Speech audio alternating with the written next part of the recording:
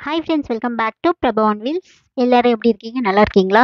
நான் ரொம்ப நல்லா இருக்கேன். நீங்க எப்படி இருக்கீங்கன்னு எனக்கு கமெண்ட்ல சொல்லுங்க. வீடியோ ஃபுல்லா பாருங்க. பிடிச்சிருந்தா லைக் பண்ணுங்க. மறக்காம நம்ம சேனலை சப்ஸ்கிரைப் பண்ணிக்கோங்க. பக்கத்துல இருக்கிற பெல் ஐக்கானையும் கிளிக் பண்ணிக்கோங்க. அப்பதான் நான் போஸ்ட் பண்ற வீடியோஸ்ல உங்களுக்கு ரெகுலரா அப்டேட்ஸ் வரும். சரிங்களா? இன்னைக்கு வீடியோல என்னடா ரொம்ப நேரமா பாட்டில் வச்சு உருட்டிட்டு இருக்கேன்னு பாக்குறீங்க. பாட்டில் லேம்ப் ஒன்று பண்ணலாம்னு எடுத்திருக்கேன். சரி வாங்க, அது எப்படி பண்றதுன்னு பார்த்துடலாம். ஃபர்ஸ்ட் வந்து ஒரு பாட்டில் எடுத்துக்கோங்க. அந்த பாட்டில வந்து 3 பார்ட்டா பிரிச்சுக்கோங்க. அதாவது மேல் பாதி, அடிப்பாதி, நடுப்பாதி. ஸோ இந்த அடிப்பாதி இருக்கு இல்லையா, அதாவது பாட்டம் இருக்கு இல்லையா, அந்த பாட்டம்ல வந்து டிஷ்யூ வச்சு நம்ம இப்போ ஒட்ட போறோம். ஸோ மேல் பாதியும் நடுப்பாதியும் அப்படியே விட்டுடுங்க. இந்த அடியில இருக்கிற பகுதி இருக்கு இல்லையா, அந்த பகுதிக்கு மட்டும் வந்து அந்த மாதிரி டிஷ்யூ எடுத்துட்டு அது மேல வந்து க்ளூ வச்சு நம்ம ஒட்டிடலாம். ஸோ இந்த மாதிரி க்ளூ எடுத்துட்டு நல்லா வந்து இதை அப்ளை பண்ணியிருக்கேன் நான். அந்த அடிப்பகுதி இருக்கு இல்லையா, அதை சுத்தியுமே வந்து இந்த டிஷ்யூ பேப்பர் எடுத்து ஒட்டிக்கோங்க. அந்த டிஷ்யூ பேப்பர் வந்து அப்படியே நமக்கு பாத்தீங்கன்னா ஒரு ஃபோல்டிங்ல அழகா நீட்டா இருக்கும் இல்லையா, அதை அப்படியே ஒட்டாதீங்க. அதை கிழிச்சிடுங்க. கிழிக்கும் போது வந்து நமக்கு அதுல கொஞ்சம் அப்ஸ் அண்ட் டவுன்ஸ் வரும் இல்லையா, அந்த மாதிரி வந்து கிழிச்சிட்டு ஒட்டுங்க. அப்பதான் வந்து நமக்கு அதுல ஒரு ஷேப் கிடைக்கும். ஸோ அந்த மாதிரி கிழிச்சிட்டு அதுக்கப்புறம் வந்து இந்த அடிப்பாகம் ஃபுல்லா வந்து நம்ம ஒட்டிடலாம். இப்ப பாருங்க, நான் ஒட்டியிருக்கேன், காட்டுறேன் உங்களுக்கு. ஸோ இந்த மாதிரி இதே மாதிரி நடுப்பகுதியையும் விட்டுட்டு மேல் பகுதியை மட்டுமும் ஒட்டிக்கலாம். ஓகேங்களா? ஸோ இங்க பார்த்தீங்கன்னா, நான் 2த்தையுமே வந்து ஒட்டியிருக்கேன். அதாவது அடிப்பகுதியும், மேல் பகுதியும் ஒட்டியிருக்கேன். நடுவுல மட்டும் கொஞ்சம் விட்டுருக்கேன். பார்த்தீங்கன்னா, நான் சொன்னேன் இல்லையா, இந்த மாரி ரேண்டமா பேப்பர கிழிச்சுக்கோங்கன்னு சொல்லிட்டு. ஸோ அந்த மாரி கிழிச்சுட்டு அழகா வந்து இத ஒட்டிட்டோம். இந்த மாரி ஒட்டுனதுக்கு அப்புறம் வந்து ஃபெவிகால் எடுத்துக்கலாம். ஃபெவிகால் எடுத்துட்டு, நான் இப்போ வந்து என்ன பண்ண போறேன்னா, மோல்டிட்ட வச்சு இது மேல டிசைன் பண்ண போறேன். மோல்டிட் வந்து சீக்கிரமாவே காஞ்சிடும். அதாவது ஒரு 1/2 மணி நேரம் தான் வந்து அது நல்லா இருக்கும். அதுக்கப்புறம் பார்த்தீங்கன்னா, அது நல்லா இறுகி போயிடும். ஸோ அது அந்த 2யுமே வந்து மிக்ஸ் பண்ணதுக்கப்புறம் சீக்கிரம் இறுகிடும். அதனால வந்து கொஞ்சம் வேகமா வந்து நம்ம ஒர்க் பண்ணணும், மோல்டிட் வச்சிருக்கும்போது எப்பவுமே. ஸோ வந்து இந்த மாதிரி வந்து நான் மெல்லிசா வந்து அந்த மோல்டிட் இது பண்ணிக்கிட்டேன். இப்போ நம்ம இந்த டிஷ்யூ பேப்பர் ஒட்டணும் இல்லையா? ஸோ அந்த ஓரம் எல்லாம் வந்து தெரியாம வந்து இந்த மோல்டிட்ட வச்சு சுத்தி நம்ம கவர் பண்ண போறோம். ஸோ சுத்தியுமே வந்து அத ஒட்டிடலாம் இப்போ நம்ம. ஸோ ஒரு கயிறு மாதிரி வந்து அதை சுத்தி வந்து நம்ம ஒட்டிடலாம். ஸோ இந்த மாதிரி ஒட்டினதுக்கு அப்புறம் வந்து இதுல நான் வந்து சின்ன சின்னதா பூ மாதிரி செஞ்சுக்க போறேன். அது எப்படி செய்யலாம் அப்படின்னு சொல்லிட்டு உங்களுக்கு காட்டுறேன் நானு.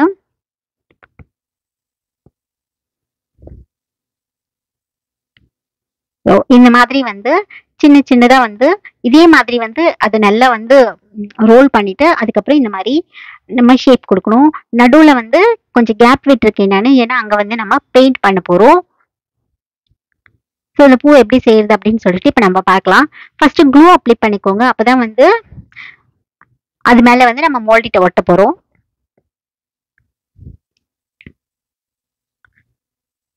இந்த மாதிரி வந்து நம்ம கொஞ்சம் கொஞ்சமா கட் பண்ணி இந்த மாதிரி பெட்டல்ஸ் ஒட்டிக்கணும்.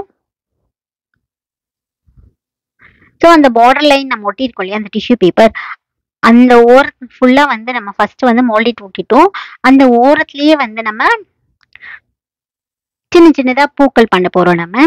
ஸோ நமக்கு எவ்வளவு பெரிய பூ வேணுமோ அந்த ஷேப்ல வந்து அதை நம்ம அழகா பண்ணிக்கலாம். ஸோ இப்ப பாருங்க, இந்த மாதிரி ஃபுல்லா பூ பண்ணிட்டு அதுல நடுவுல நடுல வந்து குட்டியா ஒரு உருண்டை மாதிரி பண்ணி உள்ள வச்சு ஓட்டிட்டோம்.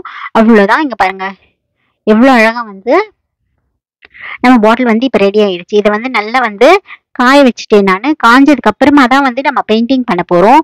இப்போ இந்த பாட்டில் பாத்தீங்கன்னா நல்லா காஞ்சிடுச்சு. மோல்டிட்டும் காஞ்சிடுச்சு, டிஷ்யூவும் நல்லா காஞ்சிடுச்சு.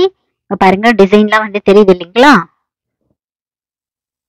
ஸோ இப்போ இந்த டிசைன்ல வந்து நம்ம கிளாஸ் பெயிண்ட் பண்ண போறோம். அதாவது கிளாஸ் பெயிண்ட் பண்ண போறோம்.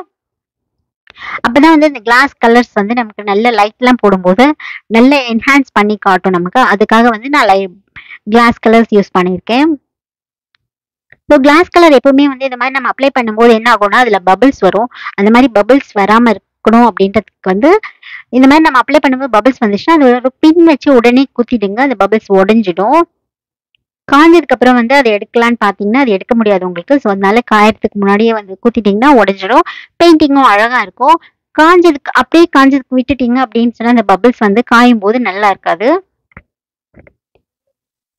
இந்த மாதிரி நம்ம பெட்டல்ஸ் வந்து அங்கங்க பண்ணிருக்கோம் இல்லையா, அந்த எல்லா பெட்டல்ஸ்லயுமே வந்து நம்ம இந்த மாதிரி கிளாஸ் பெயிண்ட் அப்ளை பண்ணிக்கிறேன் நானு.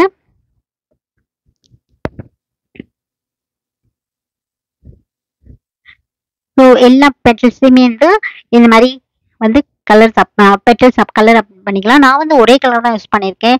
அது வந்து ப்ளூ கலர் தான் வந்து எல்லா ஃப்ளவர்ஸ்க்குமே யூஸ் பண்ணியிருக்கேன். இன்கேஸ் ஒருவேளை நீங்கள் பண்ணுறதா இருந்தால் நீங்கள் ரேண்டம் கலர்ஸ் யூஸ் பண்ணிக்கலாம், இல்லை வேறு கலர்ஸும் யூஸ் பண்ணிக்கலாம்.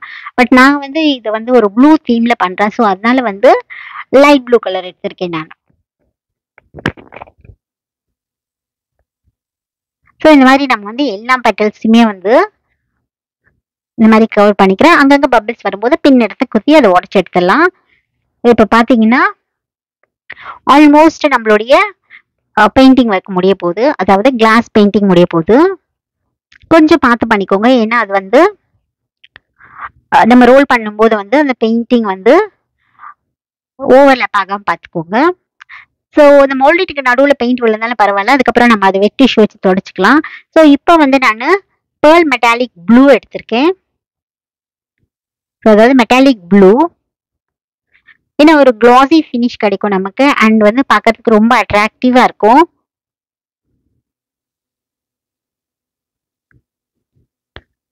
ஸோ இந்த மாதிரி வந்து கீழ் ஃபுல்லாக இருக்கிற அந்த டிஷ்யூ ஃபுல்லாக கவர் பண்ணிட்டேன் நான். மோல்டிட்டில் மட்டும் அப்ளை பண்ணிடாதீங்க. அதே மாதிரி மேல் போர்ஷனையுமே வந்து இந்த மெட்டாலிக் ப்ளூ யூஸ் பண்ணி அப்ளை பண்ணிடுங்க. அந்த மோல்டிட் போர்ஷனை வந்து நம்ம ஹைலைட்டிங்காக வச்சுருக்கோம். ஸோ அதனால அங்கே வந்து என்ன பண்ணியிருக்கேன்னா பேர்ல் மெட்டாலிக் காப்பர் எடுத்திருக்கேன். ஸோ ப்ளூவில் வந்து காப்பர் வந்து ரொம்ப நல்ல ஹைலைட்டிங்காக தெரியும். அண்ட் இந்த பெட்டல்ஸ்க்குமே வந்து எங்கெங்கெல்லாம் மோல்டிட் நம்ம யூஸ் பண்ணியிருப்போம் அந்த மோல்டிட் இருக்கிற இடத்துல ஃபுல்லாகவே வந்து நம்ம மெட்டாலிக் கலர், அதாவது மெட்டாலிக் காப்பர் யூஸ் பண்ணிக்கலாம்.